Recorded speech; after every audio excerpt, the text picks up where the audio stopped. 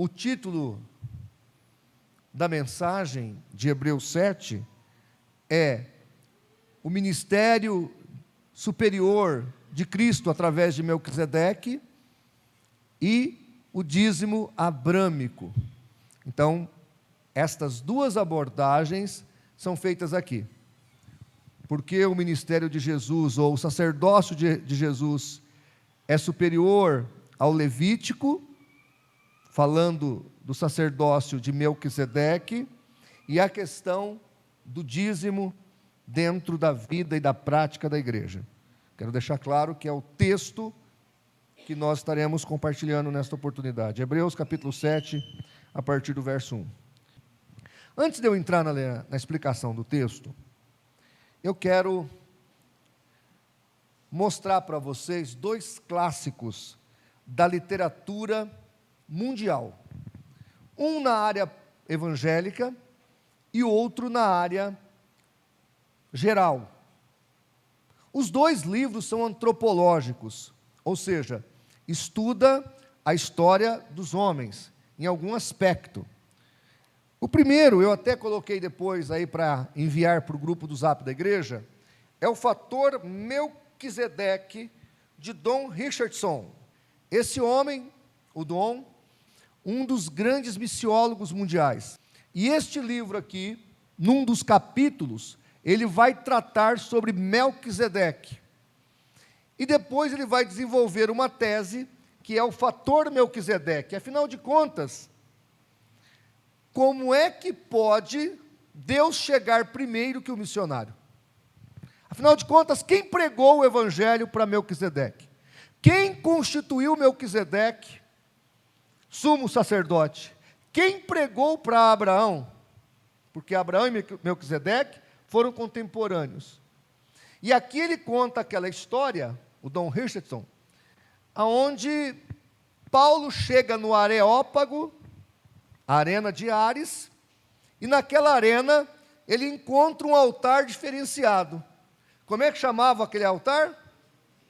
Ao Deus desconhecido. E neste livro, o Don Richardson, ele levanta a história deste momento e deste altar. Porque, segundo sejam lendas ou histórias com H ou com E, dizem que em um determinado momento ali naquela região da Grécia, uma praga abateu aquele povo. E eles clamavam a todos os deuses que estavam ali.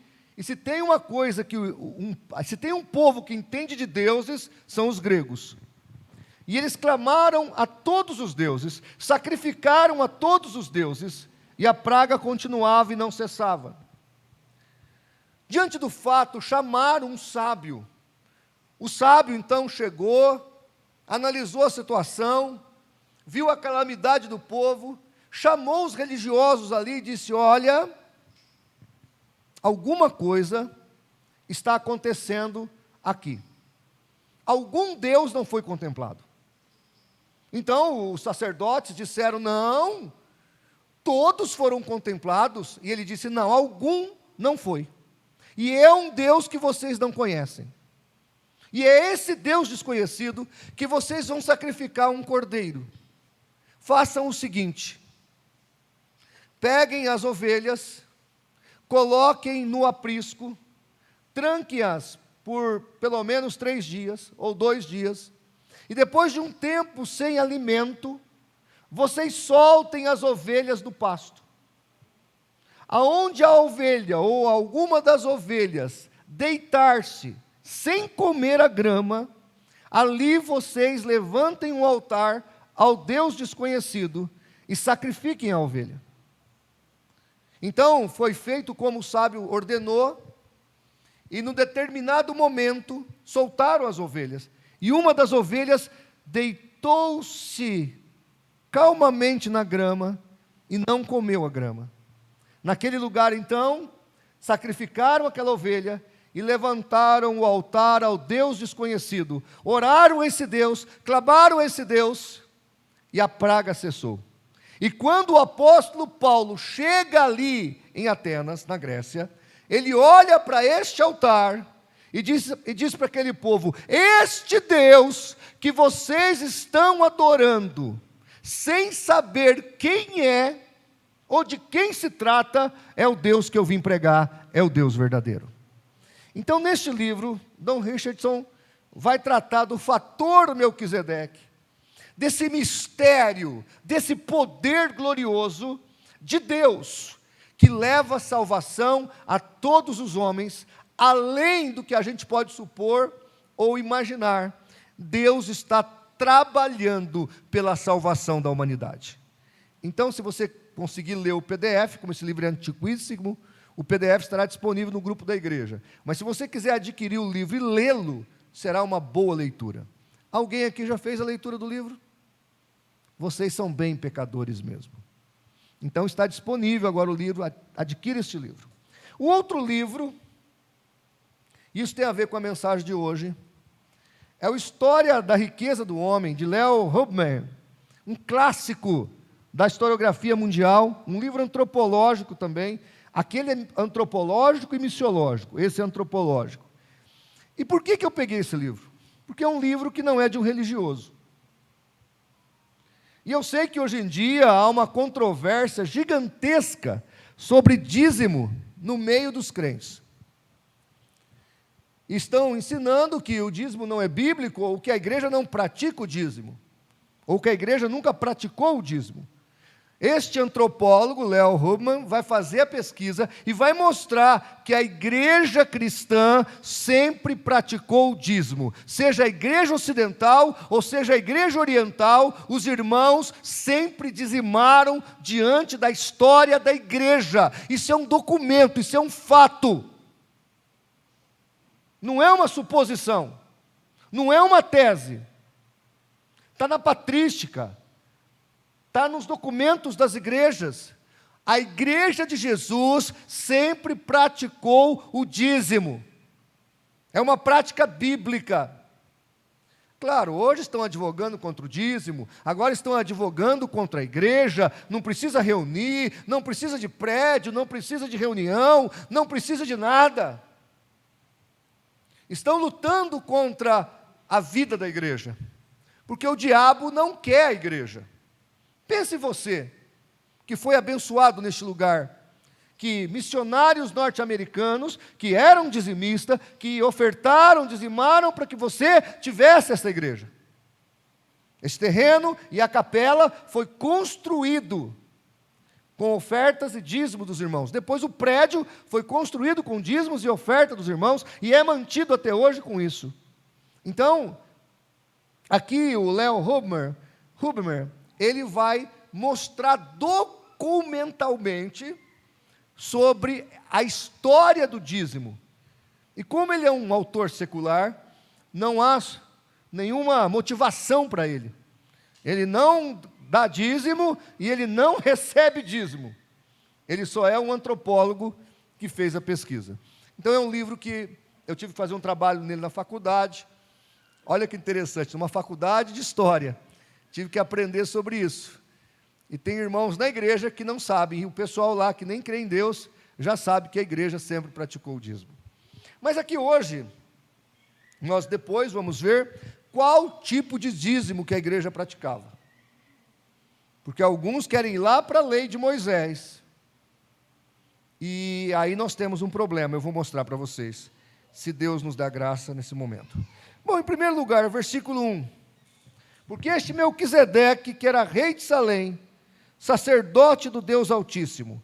E aí ele começa no versículo 3, que não tinha pai, não tinha mãe. Salém aqui, segundo alguns arqueólogos, é a antiga Jerusalém. Salém é o local de paz. Vem de Shalom, paz em hebraico. E essa Salém, neste momento, era regida e administrada por Melquisedeque. Ele era o administrador e o sacerdote da cidade. E aí, a grande questão de quem é essa pessoa?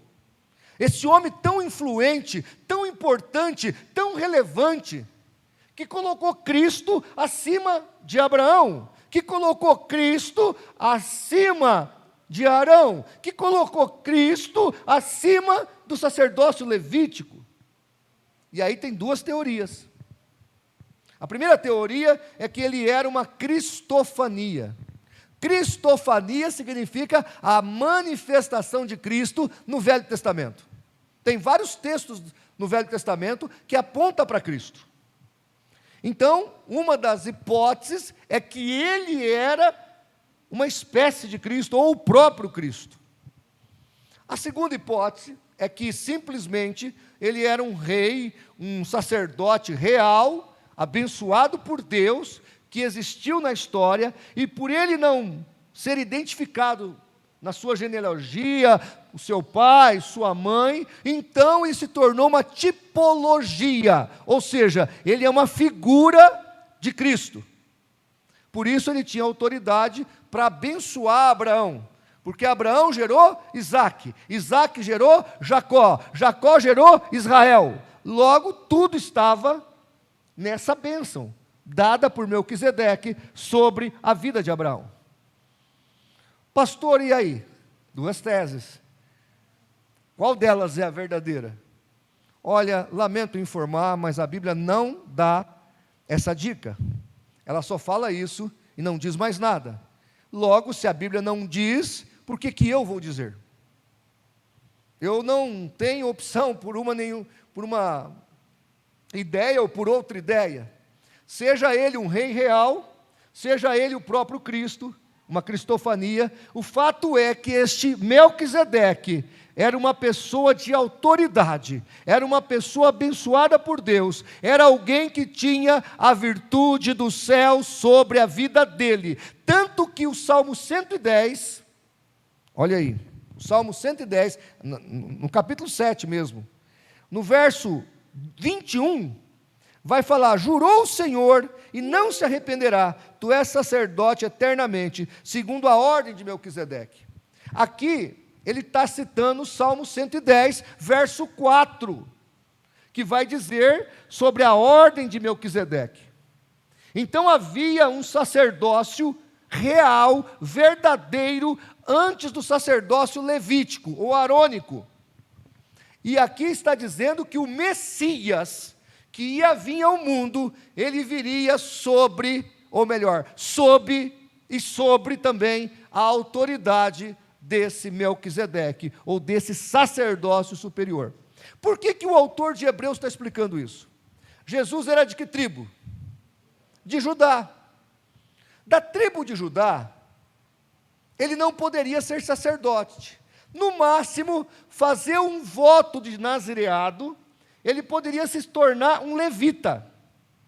E levita não é quem canta, nem quem flutua. Levita é quem auxilia o sacerdote no templo. Tá certo? Pastor, mas tem levita na Bíblia cantando? Tem. Mas tem levita na Bíblia matando cordeiro. Tem levita na Bíblia cuidando do templo. Então, na verdade, quem auxiliava o sacerdote eram os levitas. Então, não é correto chamar os músicos de levita. Os músicos são só músicos mesmo, tá certo? Agora, todos os que auxiliam o pastor, pode figuradamente ser chamado de uma espécie de levita, mas não é o caso, não é o certo. Então, mesmo que Jesus fizesse o voto de nazireado, ele ia chegar até levita, mas ele não poderia ser sacerdote. E não só sacerdote, Jesus torna-se sumo sacerdote da nossa alma, porque ele entra no Santíssimo, não no Santíssimo da terra, mas no Santíssimo celestial. Claro, isso aí é uma figura para falar da presença gloriosa do próprio Pai. Quando Estevão, lá no final do capítulo 7 de Atos, olha para o céu, ele vê Jesus assentado à direita do Pai. Então Jesus está sentado à direita do seu Pai. Ele é o sumo sacerdote da nossa alma. E ele está lá fazendo o quê? Lá do lado do Pai, intercedendo por mim e por você. 1 Timóteo 2,5, só há um mediador entre Deus e os homens, Jesus Cristo o homem. Então o Senhor Jesus está ali intercedendo por nós. E aí, o autor de Hebreus, provavelmente o apóstolo Paulo, ele está explicando o quê? Ele está explicando que por isso Jesus pode, e Jesus é o sumo sacerdote, porque ele é de uma outra linhagem, não da arânica, não da levítica, mas ele é da linhagem de Melquisedeque, o sacerdote de Deus. Amém, amados? Por isso, Melquisedeque é tão importante na Bíblia. Esse homem misterioso que revela o poder de Deus agindo. Eu quero que você entenda uma coisa antes de eu mudar para o outro assunto. Deus nunca parou de agir na humanidade. Porque teve um tempo de trevas e por 1000 anos a igreja ficou inativa. Isso é mentira. Deus nunca parou de agir. Deus nunca parou de trabalhar. Lá em João capítulo 5, o próprio Jesus fala: o meu Pai trabalha até agora, e eu também. E o trabalho de Deus é lutar para resgatar as almas dos homens. Ele trabalha, ele labora, ele luta em prol da tua alma. Se você está aqui nesta noite, é porque Deus te amou de tal maneira, é porque Deus te cercou de lá, te cercou de cá, te empurrou dali e te trouxe aqui. É a graça de Deus.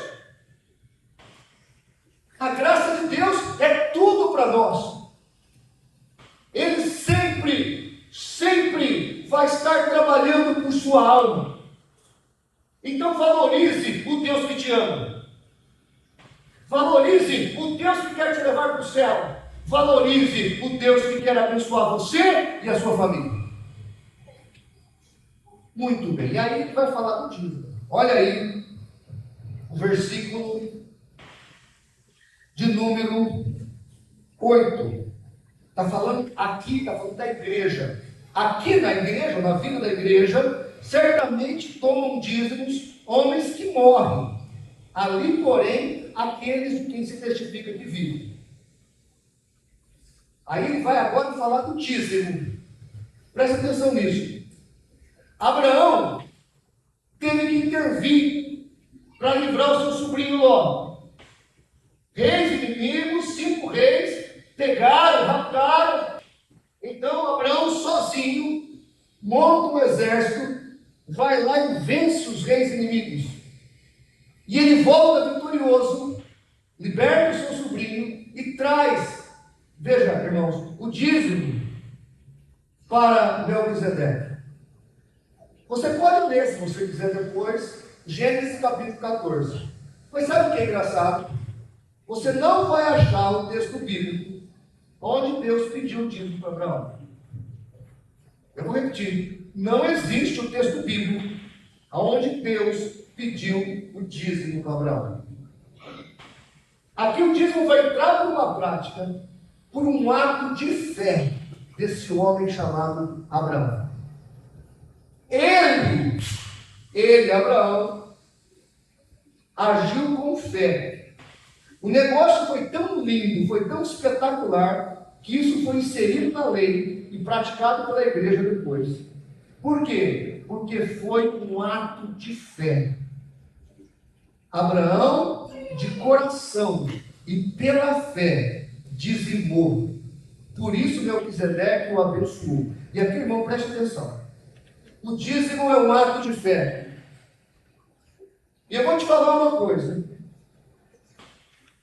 Se você conhecer um crente antigo que é fiel a Deus, pergunte para ele se ele quer parar de dizimar. Ele não quer parar de dizimar. O meu pai na fé, o meu tio, ele é crente já há quase 50 anos. Ele nunca deixou de dizimar. As pessoas que dizimam, elas têm alegria de dizimar, porque elas sabem que Deus honra aquele que faz pela fé e com alegria. Aquele que tem fé, que tem coragem, que acredita e faz a sua oferta, e faz o seu dízimo. Acredite, Deus está falando aqui, eu vou te abençoar. Claro que nós não estamos aqui praticando uma troca. Abraão queria vencer a guerra? Ele precisava vencer a guerra? Ele precisava vencer a guerra? Não, ele já tinha vencido. Ele já tinha vencido a guerra. Ele não deu dízimo para vencer a guerra. Deu? Ele queria alguma coisa em troca? Abraão era pobre? Abraão precisava de dinheiro? Não! Ninguém pediu. Ele não precisava ser abençoado mais, ele já tinha vencido a guerra. Ele deu pela fé. Ele deu provavelmente porque queria que o Melquisedeque continuasse levando o Deus verdadeiro àquelas pessoas. A gente não conhece essa história, não tem registro. Mas Abraão acreditou e pela fé Abraão deu o dízimo. E a Bíblia fala que Deus abençoou mais ainda Abraão. Irmãos, quando você coloca um dízimo, uma oferta, do jeito que Abraão fez, sem interesse, com amor, com gratidão, acredite no que eu vou dizer, Deus vai derramar bênção sobre a tua vida. E isso não é uma troca. Eu não estou te ensinando a fazer uma barganha, eu não estou te ensinando a comprar um produto de Deus, como alguns tentam vender o dízimo. Não é isso, é pela fé. O dízimo abrâmico é pela fé, não é igual a da lei. Jesus, em Mateus 23, ele escreve assim, ele diz assim, Mateus escreve, que os escribas e fariseus dizimavam até as sementinhas. No Mateus capítulo 5, verso 20, ele fala assim, vocês que são meus seguidores, prestem atenção, para ser meu discípulo, tem que exceder a justiça dos escribas e fariseus. Está entendendo? Os escribas e fariseus davam o dízimo para quê? Para cumprir a lei. Jesus está falando, você deve fazer oferta, dizimar, contribuir por amor e gratidão.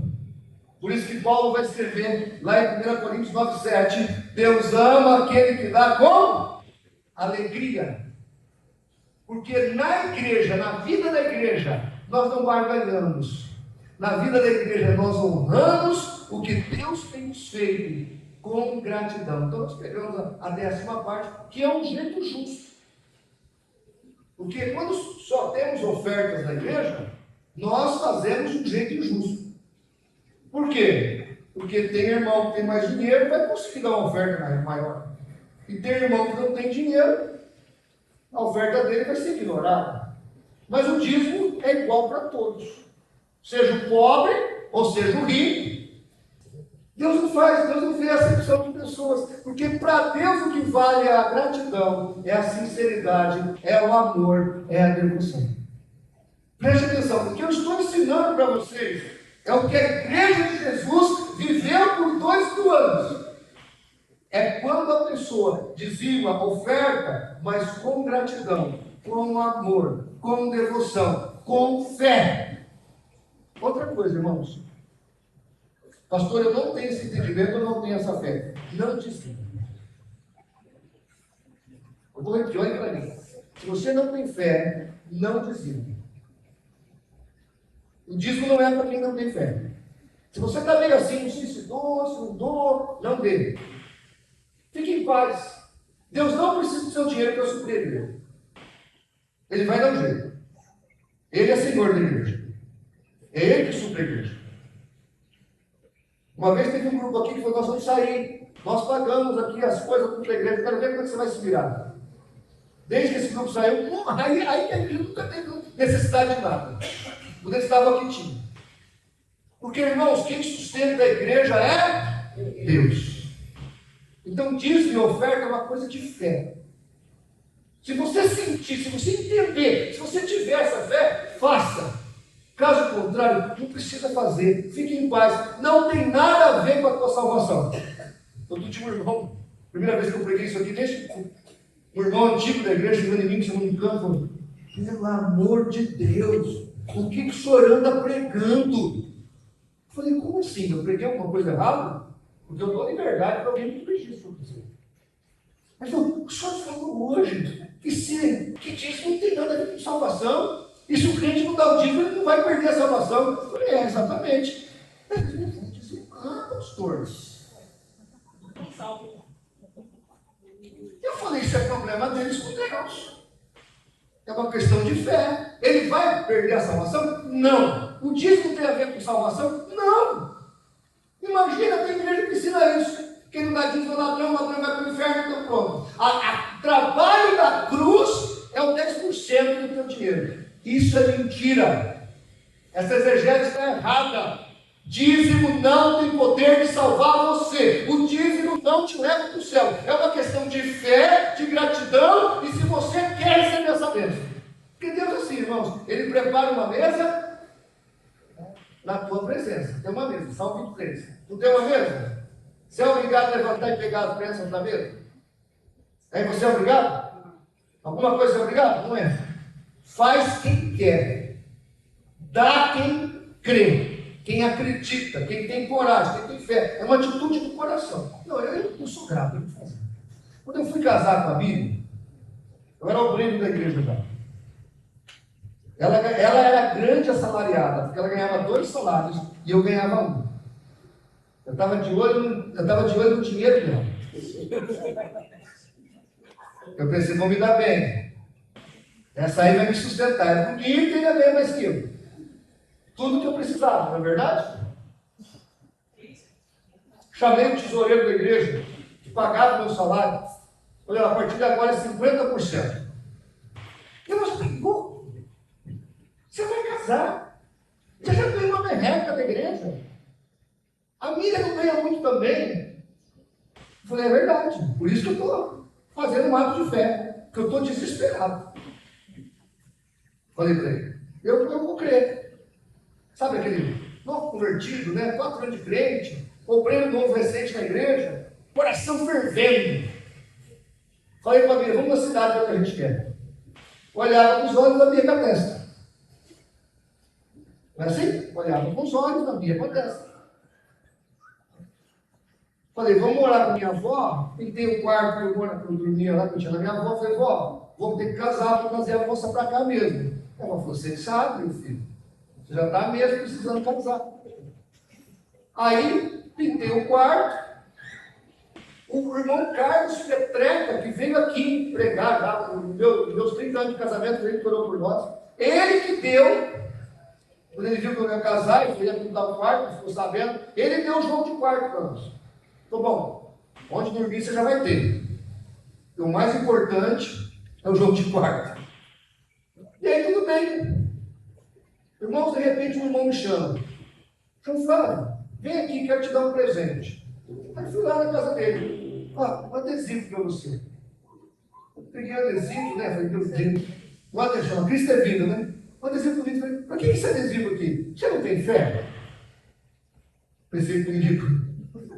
Um 10 grão de mostarda, né? Estou tentando crer, né? Pois é, deve aí. Quem sabe você compra um carro e põe um adesivo. Aí eu falei para ele, meu Deus do céu, esse irmão está tomando alguma coisa estragada. Aí peguei o adesivo, levei para casa. Eu tinha aquele 3 em 1 da CCE, lembra? Aquela tampa de acrílico, tirei o adesivo e botei na tampa de acrílico. Fui casar. Irmãos, nós ganhamos tanta coisa que a sala da minha avó, que é a igreja de 800 membros, a Miriam era líder do louvor e da mocidade, de música. E eu era o evangelista mais íntimo do pastor. Nós ganhamos tanta coisa que a sala da minha avó não cabia as nossas coisas. Aí o irmão que me deu o adesivo falou assim, passa lá no Carlinho. Hoje é do lado da Calunga, no estacionamento. Que o Carlinho tem um negócio para te entregar. Eu falei, vixe, pensei comigo, uma panela de pressão. Né? É sei lá, um botijão. Fui lá no estacionamento do Carlinho, está até hoje lá, pode ir lá no Carlinho e te conta essa história. Cheguei lá no Carlinho e falei, Carlinho, mandaram vir buscar um negócio aqui. Rapaz, o negócio está até encerado. Ixi, será que está encerado? Vem cá, ali, top. O que é isso? Uma chave. Está aí o documento. O que você está falando? Aquele Fusca ali, João, é teu. Ganhei um Fusca Fafá, coisa mais linda. Ganhei um carro, irmãos. Ganhei todos os móveis. Falei para a minha, vamos ter que mudar. Alugamos um apartamento. Um apartamento mobiliado. Ganhei um carro, tirar a carta. Fiz 2 aulas de carro e tirei carta. Naquele tempo eu tinha. 2 aulas. Por isso que eu sou barbeiro até hoje, né? Irmão, eu estou contando para vocês. Está aqui a minha esposa. E se você quiser perguntar para o Carlinho, é do lado da Calunga ali. Na Marechal ali. Tudo bem? Que outra é aquela velha? Na Silva Jardim. Vai lá. Carlinho, ontem eu vi uma pregação do pastor João Flávio Martinez que ele deu um carro. E foi você que, a pedido de um irmão, que encerou, preparou o carro para ele. Ele vai dizer, é verdade, foi aqui na minha garagem. Está lá o Carlinho até hoje. Que foi o irmão que deu adesivo. Então, irmãos, o que eu estou contando para vocês é o que eu vivo há 33 anos. E eu quero que você saiba, Deus é fiel. Deus é fiel. Deus honra aquele que o honra. Aquele que planta, colhe. Aquele que acredita e ama a Deus. E é fiel a Deus. E tem fidelidade com Deus. Deus abre portas com ele. Mas eu não queria que você fazer, nossa, quero me dar bem também. Se você tiver esse coração, você não vai receber nada. Já vou te adiantando. Aliás, se você tiver esse coração, vai na Universal que é melhor. Tá bom? Olha para mim aqui. Se o teu coração é esse, você está na igreja errada. Eu quero que você tenha um coração de gratidão, de amor, de devoção, que você faça com um coração sincero, porque é assim que Deus ama. Eu quero ler mais 2 versículos para terminar, porque hoje eu estou inspirado. Se me deixar, eu vou até amanhã. E só no capítulo 7 de Hebreus. Versículo 12, olha aí. Pegue sua Bíblia. Versículo 12. Porque mudando-se o sacerdócio, necessariamente se faz também mudança da lei. Olhem para mim. A lei mudou. Não é mais a lei de Moisés. O adventista não entende isso. O legalista não entende isso. Não é mais a lei de Moisés. 1 Coríntios 9, 21 e 22. Paulo fala. Efésios 6, 2. Paulo ratifica. E ele explica que nós vivemos sob a lei de Cristo. Não estamos mais diante da lei do Velho Testamento. Olha, a lei do Velho Testamento foi em Cristo abolida. 2 Coríntios 3,14. A lei do Velho Testamento, o pacto do Velho Testamento, acabou. O pacto agora é outro. A dispensação agora é outro. O evangelho agora é outro. Não é mais aquele evangelho da lei. Agora é da graça. Jesus trouxe uma nova lei. Jesus trouxe uma nova dispensação. Jesus trouxe um novo momento. E, por favor, não se anime demais, porque não é mais fácil. Ele diz assim, olha, o que está escrito? Se você olhar para uma mulher, se você adulterar é pecado, eu porém vos digo, se você olhar para uma outra mulher e cobiçá-la no seu coração, você já adulterou. É mais fácil ou mais difícil? É mais difícil. A lei de Cristo é mais complexa, mas para isso ele nos deu o quê? O seu Espírito Santo. Lá em 1 Coríntios 6, 19, você foi formado templo do Espírito Santo de Deus. Na dispensação da graça, nós somos a habitação do poder e do Espírito Santo de Deus. É isso que nós somos. É isso que nós vivemos. Para terminar, versículo 25. Portanto, pode também salvar, de jeito? Perfeitamente, os que por ele se achegam a Deus, vivendo sempre para interceder por eles. Eu quero que você entenda isso. Jesus pode te salvar perfeitamente, pela graça, pelo favor imerecido. Escute isso. Se nós observarmos, lá em Romanos 3:10, Paulo fala assim, 10 e 11. Não há quem faça o bem, não há quem busque a Deus. Ora, Lá no Areópago, as pessoas estavam tentando servir ao Deus desconhecido? Sim ou não? Elas estavam buscando não só Deus, estavam buscando todos os deuses. Então, o que Paulo quis falar? Porque antropologicamente falando, o que o ser humano mais tenta fazer é buscar a Deus, porque ele tem um vazio dentro do peito, que é do tamanho de Deus, e ele precisa de Deus, porque está na natureza dele, ele é igual dele. Ele tem a imagem e semelhança de Deus, caída, mas tem. Mas o que Paulo está dizendo então, lá em Romanos 3, 10 e 11? Paulo está dizendo, e ali, se eu pudesse, eu botava uma nota.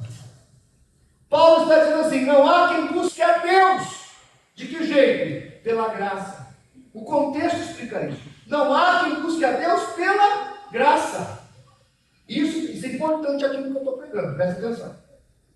Aquelas pessoas que estavam adorando ao Deus desconhecido, ainda assim precisavam do Evangelho, porque estavam adorando errado. Estavam tentando adorar com sacrifícios humanos, com obras humanas, e você tem que adorar a Deus em espírito e em verdade. Para você ser salvo, você tem que entender que a obra de Deus é perfeita e plena, e é pela graça, e é pelo favor imerecido, e é por Ele, pelo meio dEle, para a glória dEle. Eu quero que você entenda isso. A salvação é uma obra de Deus na nossa vida.